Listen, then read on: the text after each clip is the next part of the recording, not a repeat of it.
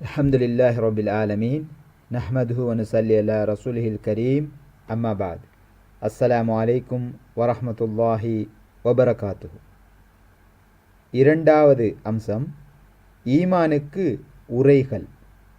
சகோதரர்களே, மனிதன் வழிகட்டு போவதற்கு திருக்குர்ஆனின் கண்ணோட்டத்தில் 3 காரணங்கள் இருக்கின்றன என்பதை கடந்த சொற்பொழிவில் உங்களுக்கு நான் விளக்கியிருந்தேன். ஒன்று, அவன் இறைவனின் சட்டத்தை விட்டுவிட்டு தன் மனத்தின் ஆசைகளுக்கு அடிமையாகி விடுவது. இரண்டாவது, இறை சட்டத்திற்கு எதிராக தன் குடும்பத்தின் ஆசாரங்களையும் தன் முன்னோரின் வழிமுறைகளையும் தேர்ந்தெடுப்பது. மூன்றாவது, இறைவனும் பெருமானாரும் காண்பித்திருக்கின்ற வழியை ஒதுக்கி வைத்துவிட்டு மனிதர்களை பின்பற்ற முனைவது. அவர்கள் அவனுடைய சமுதாயத்தின் பெரிய மனிதர்களாக இருந்தாலும் சரி, வேறு சமுதாயத்தை சார்ந்தவர்களாக இருந்தாலும் சரியே. முஸ்லிம் அடிப்படை விளக்கம். இந்த 3 நோய்களும் இல்லாமல் தூய்மையாக இருப்பது முஸ்லிமுடைய அடிப்படை பண்பாகும். இறைவனை தவிர வேறு எவருக்கும் அடிமைப்படாமலும் பெருமானாரை தவிர வேறு எவரையும் பின்பற்றாமலும் இருக்கின்ற மனிதனே முஸ்லிம் என்று கூறப்படுகின்றான். இறைவனுடைய பெருமானாருடைய அறிவுரைகள் முற்றிலும் நேர்மையானவை. அவற்றுக்கு முரண்பட்டவை அனைத்தும் தவறானவை. மனிதனுக்கு ஆன்மீக வாழ்விலும் உலகியல் வாழ்விலும் இருக்கின்ற நன்மைகள் அத்தனையும் இறைவனுடையவும் பெருமானாருடையவும் அறிவுரைகளில் தான் இருக்கின்றன என்று வாய்மையுடன் உறுதியாக நம்புகின்றவனே முஸ்லிம். இதில் ஒரு மனிதனுக்கு முழு நம்பிக்கை ஏற்பட்டுவிட்டால் அவன் தன் வாழ்வின் செயல்முறைகள் அனைத்திலும் இறைவனுடைய பெருமானாருடைய கட்டளைகள் எவை என்றே பார்ப்பான். அவனுக்கு அக்கட்டளை தெரிந்துவிட்டால் நேரிய முறையில் அதற்கு தலை சாத்தி விடுவான்.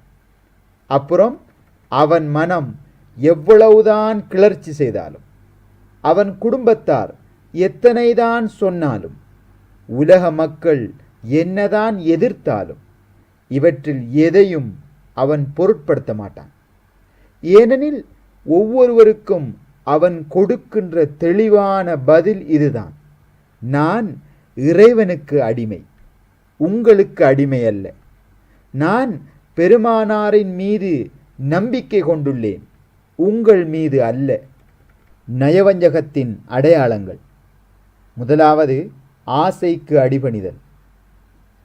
இதற்கு மாறாக மற்றொருவன் இவை இறைவனுடைய பெருமானாருடைய அறிவுரைகளாகவே இருக்கட்டும், ஆனால் என் உள்ளம் ஏற்க மறுக்கிறது, இவற்றில் தீங்கு இருப்பதாக எனக்கு தெரிகிறது, எனவே இறைவனுடைய திருத்தூதருடைய அறிவுரைகளை விட்டுவிட்டு என் கருத்துப்படி நடக்கப் போகின்றேன் என்று சொன்னால் அவன் உள்ளத்தில் ஈமான் எனும் நம்பிக்கை கிடையாது. அவன் ஒரு இறை நம்பிக்கையற்றவன், முனாஃபிக், நயவஞ்சகன். நான் இறைவனுக்கு அடிமை, இறை தூதரை நான் பின்பற்றுகிறேன் என்று அவன் வாயளவில் சொல்கிறான். ஆனால் அவன் உண்மையில் தன் மனத்திற்கு அடிமையாக இருக்கிறான், தன் கருத்தை பின்பற்றி கொண்டிருக்கின்றான். இரண்டாவது அம்சம், நடைமுறை பழக்க வழக்கங்களுக்கு பணிதல். இதுபோலவே ஒருவன் இறைவனும் இறை தூதரும் என்ன கட்டளையிட்டாலும் இடட்டும், ஆனால் இன்ன நடைமுறை முன்னோரிடமிருந்து நடந்து வந்திருக்கிறது, அதனை எப்படி விட்டுவிட முடியும்? அல்லது இன்ன சட்டம் என்னுடைய குடும்பத்தாரிடையே நிலைத்திருக்கிறது, அதனை எப்படி உடைக்க முடியும் என்று சொன்னால் அவன் நயவஞ்சகர்களில் ஒருவனாகவே கணிக்கப்படுகிறான். நயவஞ்சகர்களில் ஒருவனாகவே கணிக்கப்படுகிறான். தொழுது தொழுது அவன் நெற்றியில் எவ்வளவு பெரிய வடு விழுந்திருந்தாலும் சரி, வெளிப்படையில் எவ்வளவுதான் மார்க்கத்தை பின்பற்றுகிறவன் போல் தோற்றமளித்தாலும் சரியே. ஏனெனில் மார்க்கத்திற்கு அடிப்படையான உண்மை அவன் சிந்தையில் ஏறவே இல்லை. மார்க்கம் என்பது ருக்கு குனிவது, சுஜூத் சிரம் தாழ்த்தி வணங்குவது, நோன்பு, ஹஜ்ஜு ஆகியவற்றின் பெயர் அல்ல. மனிதனுடைய தோற்றத்திலோ அவனுடைய உடையிலோ மார்க்கம் உருவாவதில்லை.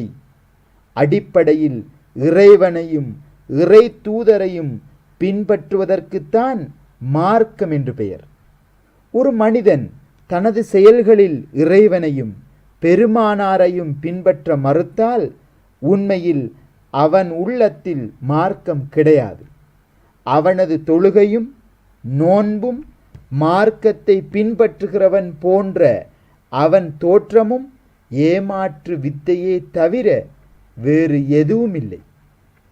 மூன்றாவது அம்சம் மற்ற சமுதாயங்களை பின்பற்றுதல்.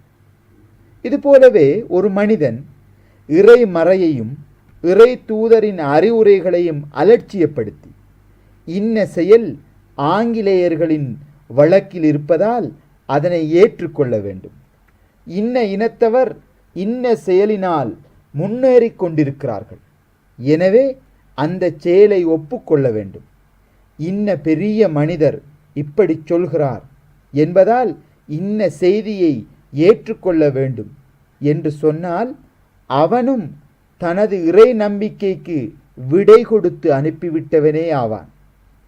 மேற்குறிப்பிட்டவை இறை நம்பிக்கையுடன் ஒன்று சேர முடியாது. நீங்கள் இஸ்லாத்தை தழுவ விரும்பினால், முஸ்லிமாக இருந்தால் அல்லது முஸ்லிம்களாக இருக்க விரும்பினால் இறை கருத்திற்கும் இறை தூதரின் கருத்திற்கும் மாறுபட்ட எல்லாவற்றையும் சுவரில் வீசி சுக்கு நூறாய் சிதறடித்து விடுங்கள். இப்படி உங்களால் செய்ய முடியவில்லை என்றால் உங்களை நீங்கள் முஸ்லிம் என்று சொல்லிக்கொள்வது உங்களுக்கு அழகல்ல. நாங்கள் இறைவனையும் இறை தூதரையும் ஒப்புக்கொள்கிறோம் என்று நாவால் சொல்வதோடு வாழ்க்கையில் எல்லா பிரச்சனைகளிலும் எல்லா நேரங்களிலும் மற்றவரின் கருத்தை ஏற்றுக்கொண்டு இறை கருத்தையும் இறை தூதரின் கருத்தையும் மறுத்து கொண்டே இருப்பது இறை நம்பிக்கையும் அல்ல, இஸ்லாமும் அல்ல. இதற்கு பெயர் நயவஞ்சகம். திருக்குர்ஆனின் 24ஆம் அத்தியாயத்தில் தெளிவான வார்த்தைகளில் இறைவன் சொல்லி வைத்து விட்டான். லகத் அன்ஸல்னா ஆயாத்தின் முபையினாத் வல்லாஹு யஹ்தி மன் யஷாஉ இலா சிராத்தின் முஸ்தகீம் ويقولون آمنا بالله وبالرسول وأطعنا ثم يتولى فريق منهم من بعد ذلك وما أولئك بالمؤمنين وإذا دعوا إلى الله ورسوله ليحكم بينهم إذا فريق منهم معرضون وإن يكن لهم الحق يعطوا إليه مذعنين. உண்மையை மிக தெளிவாக காண்பிக்கும் வசனங்களை நாம் இறக்கி அருளியிருக்கின்றோம். மேலும் அல்லாஹ் தான் நாடுகின்றவர்களுக்கு நேர்வழியின் பக்கம் வழிகாட்டுகின்றான்.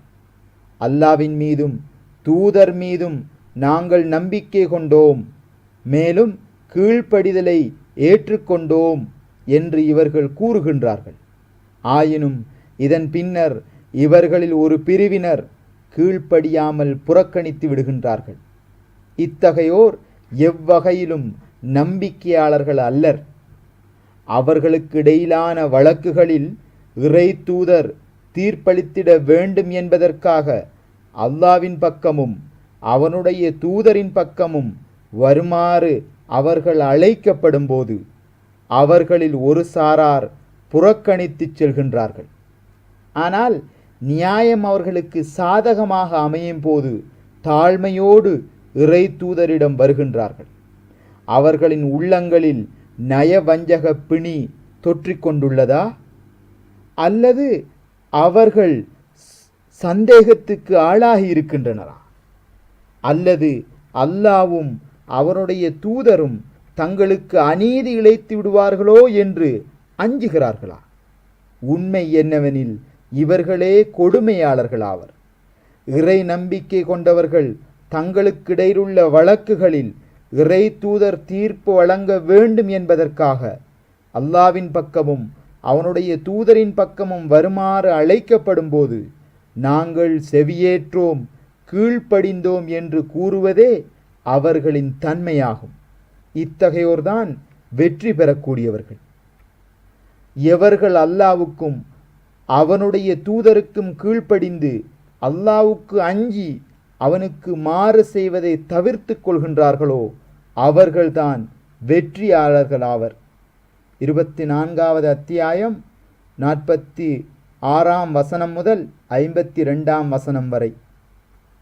இந்த வசனங்களில் இறை நம்பிக்கைக்கு கொடுக்கப்பட்டிருக்கும் விளக்கம் குறித்து சிந்தனை செய்யுங்கள். அடிப்படையான இறை நம்பிக்கை இதுதான். இறைமறை, இறை தூதரின் அறிவுரை ஆகியவற்றிடம் உங்களை நீங்களே ஒப்படைத்து விடுங்கள். அங்கிருந்து என்ன கட்டளை புறப்பட்டாலும் அதற்கு தலை சாய்த்து விடுங்கள். அதற்கு எதிராக யாருடைய பேச்சையும் கேட்காதீர்கள். உங்கள் மனத்துக்கோ குடும்பத்தாருக்கோ உலக மக்களுக்கோ செவி சாய்க்காதீர்கள். இந்த நிலை ஒரு மனிதனுக்கு ஏற்பட்டுவிட்டால் அவன்தான் முஃமின், முஸ்லிம். இந்த நிலை ஒரு மனிதனுக்கு இல்லை என்றால் அவன் தகுதி முனாஃபிக் எனப்படும் நயவஞ்சகனின் தகுதியை விட சிறிதும் உயர்ந்ததல்ல. இறைவனுக்கு பணிதல். சில அழகிய முன்மாதிரிகள். முதலாவது, மது கைவிடப்பட்டது. அரேபியாவில் குடிவெறி எவ்வளவு மும்முரமாக இருந்தது என்பதை நீங்கள் கேள்விப்பட்டிருக்கலாம். ஆண், பெண், இளைஞர், முதியோர் எல்லோரும் மது போதையில் மூழ்கி இருந்தார்கள். உண்மையில் அவர்களுக்கு அதில் மோகம் இருந்தது. அதனை வர்ணித்து அவர்கள் பாட்டு பாடிக்கொண்டிருந்தார்கள். அதற்காக உயிரை கொடுத்து கொண்டிருந்தார்கள். மதுவை குடித்து பழகிய பிறகு அதனை விடுவது எவ்வளவு சிரமம் என்பதும் உங்களுக்கு தெரிந்ததுதான். மனிதன் உயிரை அர்ப்பணிக்க தயாராகி விடுவான், ஆனால் அவன் மதுவை விடமாட்டான்.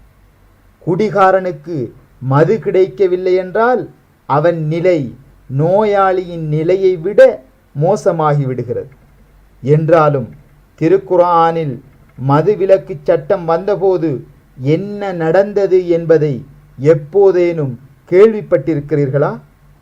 மதுவுக்காக உயிரை கொடுத்து கொண்டிருந்த அதே அரேபியர்கள் இந்த கட்டளையை கேட்டதும் தம் கைகளாலேயே மதுக்குடங்களை போட்டு உடைத்தார்கள். மதீனாவின் வீதிகளில் மழை தண்ணீரை போல் மது ஓடிக்கொண்டிருந்தது. சிலர் ஒன்றாக சேர்ந்து உட்கார்ந்து மது அருந்திக் கொண்டிருந்தார்கள். அப்பொழுது மதுபானம் தடை செய்யப்பட்டு விட்டது என்ற உத்தரவை நபிகள் பெருமானார் அவர்களின் தோழர் ஒருவர் தெரு தெருவாக அறிவித்து கொண்டு போனார். அவ்வறிவிப்பை கேட்டதும் அவர்களின் கரங்கள் இருந்த நிலையில் அப்படியே நின்றுவிட்டன. வாயில் மதுக்கிண்ணத்தை வைத்து கொண்டிருந்தவர் உடனே அதனை அகற்றிக்கொண்டார்.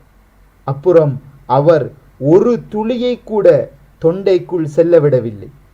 இது இறை நம்பிக்கையின் சிறப்பு. இறைவனையும் இறை தூதரையும் பின்பற்றுவது என்று இதனை அல்லவா சொல்ல வேண்டும்? இரண்டாவது, குற்றத்தை தாமாகவே ஒப்புக்கொள்ளுதல். இஸ்லாத்தில் விபச்சாரத்திற்கு எவ்வளவு கடுமையான தண்டனை ஏற்படுத்தப்பட்டிருக்கிறது என்று உங்களுக்கு தெரியும். வெற்று முதுகில் 100 சாட்டையடிகள். இதனை கற்பனை செய்தாலே மனிதனுக்கு உடல் நடுங்குகிறது. திருமணம் செய்து கொண்டவனாய் இருந்தால் அவனுக்கு கல்லெறியும் தண்டனை உண்டு. அதாவது அவன் சாகும் வரை அவனை கல்லால் அடிப்பது. இப்படிப்பட்ட கடுமையான தண்டனையை நினைத்தாலே மனிதன் நடுக்கம் கொண்டு விடுவான்.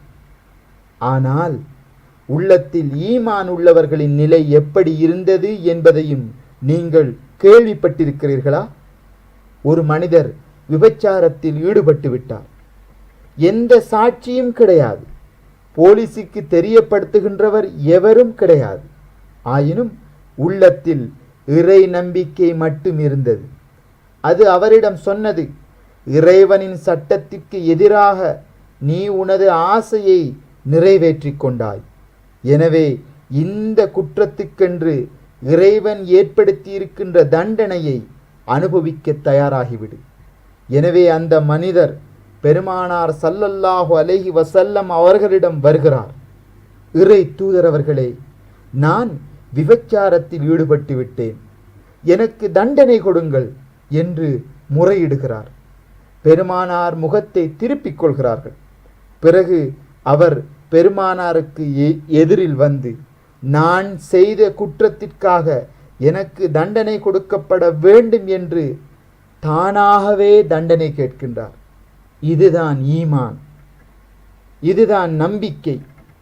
யாருடைய உள்ளத்தில் இறை நம்பிக்கை இருக்கிறதோ அவர்களுக்கு வெறும் முதுகில் 100 சாட்டை அடி வாங்குவது மட்டுமின்றி கல்லெறிபட்டு தண்டனை பெறுவதும் சுலபமானதுதான்.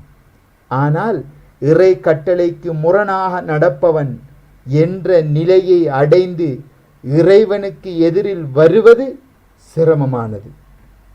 மூன்றாவது, உறவுகள் முறிந்தன. உலகில் ஒரு மனிதனுக்கு தன் உறவினரை விட பிரியமானவர் வேறு எவரும் இல்லை என்பதும் உங்களுக்கு தெரிந்ததுதான். குறிப்பாக தாய், தந்தை, சகோதரர், மகன் ஆகியோர் அவனுக்கு பெரிதும் பிரியமானவர்கள். அவர்களுக்காக அவன் அனைத்தையும் தியாகம் செய்துவிட துணிகின்றான். ஆனால் பத்ர், உஹத் போர்களை பற்றி கொஞ்சம் நினைத்து பாருங்கள். அவர்களில் யாருக்கு எதிராக யார் போரிடப் போனார்கள்? தந்தை முஸ்லிம்களின் படையில் இருந்தால் மைந்தன் காஃபிர்களின் படையில் இருந்தான். அல்லது மகன் இந்த பக்கம் இருந்தால் தகப்பன் அந்த பக்கம் இருந்தான். தம்பி இங்கே இருந்தால் அண்ணன் அங்கே இருந்தான். மிகவும் நெருங்கிய உறவினர் ஒருவருக்கொருவர் எதிரிகளாக வந்திருக்கின்றனர். ஒருவருக்கொருவர் அறிமுகமே இல்லாதது போல் அவர்கள் போராடி இருக்கிறார்கள். இப்படிப்பட்ட வேகம் அவர்களிடையே பொங்கி எழுந்ததற்கு பணமோ நிலமோ காரணமல்ல. தனிப்பட்ட முறையில் எந்த பகைமையும் கிடையாது.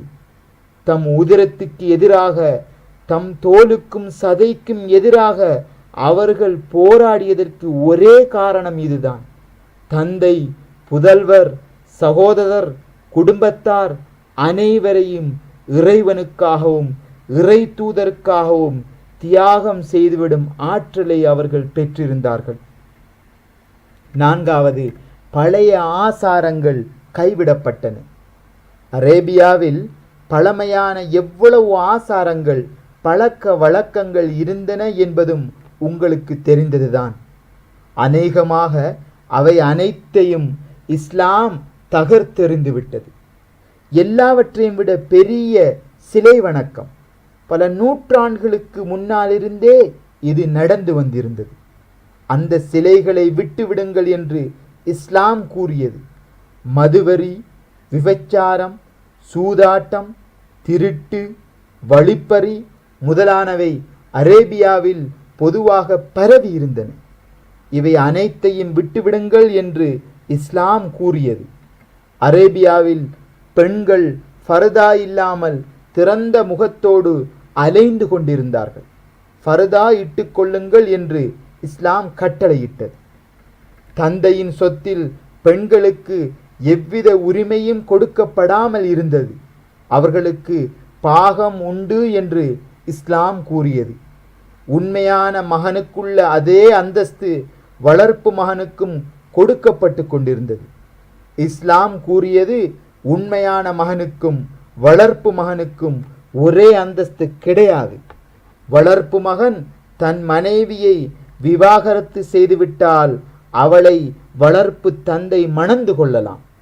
மொத்தத்தில் இஸ்லாம் முறித்துவிட வேண்டும் என்று கூறாத எந்த பண்டைய ஆசாரமும் எதுவும் இருக்கவில்லை. அப்படி இருந்தும் இறைவனையும் இறை தூதரையும் நம்பியவர்கள் இருந்தார்கள். அவர்கள் செயல்முறை எப்படி இருந்தது என்று உங்களுக்கு தெரியுமா? அவர்களும் அவர்களது முன்னோரும் பல நூற்றாண்டுகளாக வணங்கிக் கொண்டும் காணிக்கை செலுத்தி கொண்டும் இருந்த அதே சிலைகளை அந்த நம்பிக்கையாளர்கள் தம் கைகளாலேயே உடைத்தார்கள். பல நூற்றாண்டுகளாக நடந்து வந்திருந்த குடும்ப ஆசாரங்கள் அனைத்தையும் அவர்கள் அழித்து விட்டார்கள். புனிதமானவை என்று தாம் நினைத்து கொண்டிருந்த அனைத்தையும் இறை கட்டளை பெற்றதும் அவர்கள் தலைகீழாக புரட்டி போட்டு விட்டார்கள். வெறுக்கத்தக்கவை என்று தாம் நினைத்து கொண்டிருந்த அனைத்தையும் இறை கட்டளை வந்ததும் ஏற்க தகுந்தவை என்று அவர்கள் நினைக்க ஆரம்பித்தார்கள். நூற்றாண்டு காலமாக தூய்மையானவை என்று கருதப்பட்டு வந்தவை ஒரே மூச்சில் அசுத்தமானவையாகிவிட்டன. இன்பமும் பயனும் கிடைக்கின்ற முரண் வழிகள், குஃப்ரின் பாதைகள் இறை கட்டளை கிடைத்ததும் கட்டோடு விடப்பட்டன.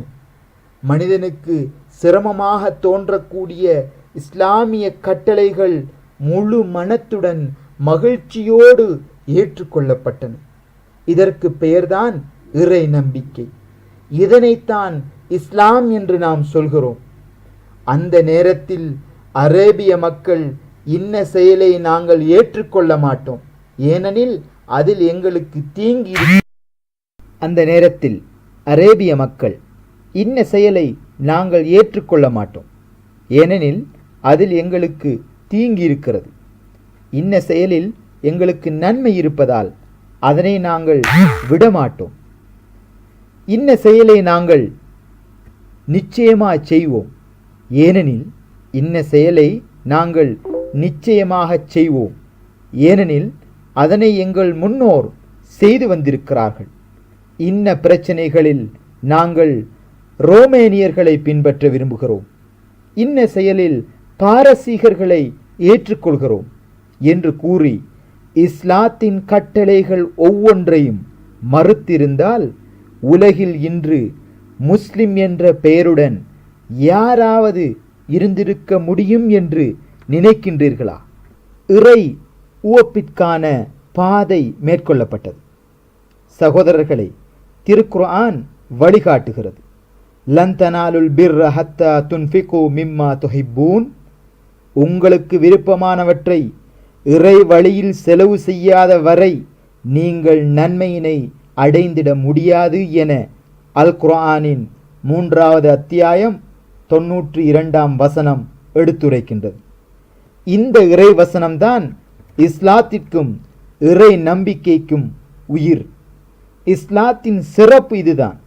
உங்களுக்கு பிரியமானவை அனைத்தையும் இறைவனுக்காக நீங்கள் தியாகம் செய்துவிட வேண்டும்.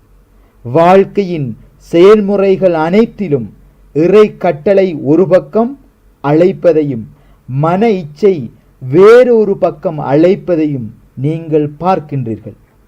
ஒரு செயலை செய்யும்படி இறைவன் கட்டளையிடுகின்றான். அதில் சிரமமோ நஷ்டமோ இருக்கின்றது என்று கூறி இறை கட்டளையை தடுக்கிறது மனம். ஒரு செயலை செய்ய வேண்டாம் என்று ஆண்டவன் கூறுகின்றான். இவை சுவையான செயல் என்றோ பெரும் இலாபம் தரக்கூடிய செயல் என்றோ கூறுகிறது மனம். ஒரு பக்கம் இறைவனின் ஓப்பு இருக்கிறது, மறுபக்கம் உலகம் முழுவதும் நிற்கிறது. மொத்தத்தில் வாழ்க்கையில் ஒவ்வொரு அடியிலும் மனிதனுக்கு எதிரில் 2 பாதைகள் இருக்கின்றன.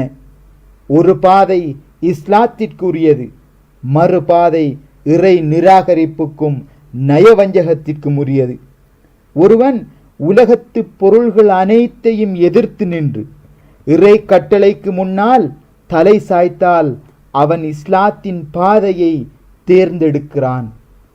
ஒருவன் இறை கட்டளையை விட்டுவிட்டு தன் ஆசையையோ உலகத்தின் விருப்பத்தையோ நிறைவேற்றினால் அவன் இறை நிராகரிப்பின் பாதையை அல்லது நயவஞ்சகத்தின் பாதையை தேர்ந்தெடுக்கின்றான். முஸ்லிம்களின் இன்றைய நிலை, இன்று மக்களின் நிலை இப்படி இருக்கிறது. சுலபமாக இருக்கின்ற இஸ்லாமிய சட்டங்களை அவர்கள் மிகுந்த மகிழ்ச்சியோடு ஏற்றுக்கொள்கிறார்கள். ஆனால் இஸ்லாத்திற்கும் இறை நிராகரிப்புக்கும் இடையில் அடிப்படையான மோதல் ஏற்படும் கட்டத்தில் முகத்தை திருப்பிக் கொள்கிறார்கள். தாம் இஸ்லாத்தில் இருப்பதாக சொல்லிக் கொண்டிருக்கின்ற பெரிய பெரிய ஆசாமிகளிடமும் இந்த பலவீனம் இருக்கிறது. இஸ்லாம் இஸ்லாம் என்று அவர்கள் உரக்க சத்தம் போடுவார்கள். அதற்கு விளக்கம் கொடுத்து கொடுத்து அவர்களின் நாவு வறண்டு போய்விடும். இதற்காக அவர்கள் சிறிது பகட்டான வேலையும் செய்வார்கள். ஆனால் அவர்களிடம் இஸ்லாத்தின் சிறப்பை நீங்கள் இவ்வளவு பாராட்டிக் கொண்டிருக்கிறீர்களே, அந்த இஸ்லாத்தின் சட்டங்களுக்கு உங்களையும் நம்மையும் கொஞ்சம் உட்படுத்தலாமா என்று கேட்டு பாருங்கள். உடனே அவர்கள் இதில் என்ன சிக்கல் சிரமம் இருக்கிறது, இப்போதைக்கு அது அங்கேயே அப்படியே இருக்கட்டும் என்று சொல்லிவிடுவார்கள். இதன் கருத்து என்ன? இஸ்லாம் என்பது அழகானதொரு விளையாட்டு பொருள். அதனை முகட்டின் மேலே தனியாக வைத்து விடுங்கள். தூரத்தில் உட்கார்ந்து நாம் அதனை ஒரு சட்டம் என்ற வகையில் பாராட்டி கொண்டிருக்கலாம். நம்மீதும் நம் வீட்டார் மீதும் நமக்கு நெருங்கியவர்கள் மீதும் செயல்முறைகளிலும் பிரச்சனைகளிலும் அதை செயல்படுத்துகின்ற பேச்சே வேண்டாம் என்பதுதான் அவர்களின் கருத்து. இன்று மார்க்கு பற்று உடையவர்களின் நிலையே இதுவாயிருக்கும் போது அவர்களை பற்றி சொல்லவும் வேண்டுமா? மற்றவர்களை பற்றி சொல்லவும் வேண்டுமா? இன்று மார்க்கப்பற்று உடையவர்களின் நிலையே இதுவாக இருக்கும்போது மற்றவர்களை பற்றி சொல்லவும் வேண்டுமோ? இதனால் ஏற்பட்ட விளைவு எப்போதும் இருந்து வந்த ஆற்றலும் பிரதிபலிப்பும் இப்போது தொழுகையிலும் இல்லை, நோன்பிலும் இல்லை, திருக்குர்ஆன் ஓதுவதிலும் இல்லை, இஸ்லாத்தின் வெளிப்படையான ஒழுக்கத்திலும் இல்லை. காரணம் இதுதான். உயிரே இல்லாத போது வெற்றுடல் என்ன அற்புதத்தை செய்துவிட முடியும்?